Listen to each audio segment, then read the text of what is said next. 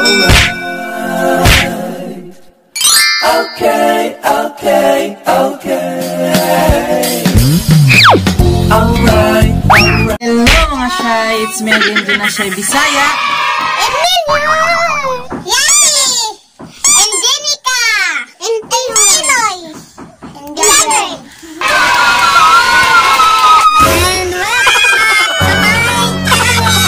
So ngayon mga Shy, nandito po yung mga bata.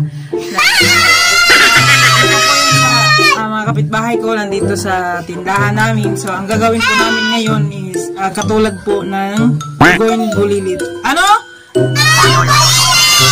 Sige, mag-start na! Langar! Bale, ang gagawin namin mga Shy is use in a sentence. Kung ano ang makikita namin dito sa tindahan. So yun po ang gagamitin nila. So tara, tingnan natin.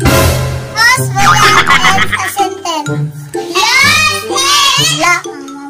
Nandun sa lobby yan.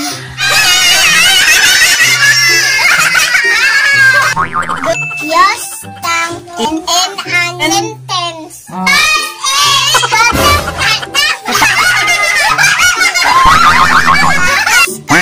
in a sentence.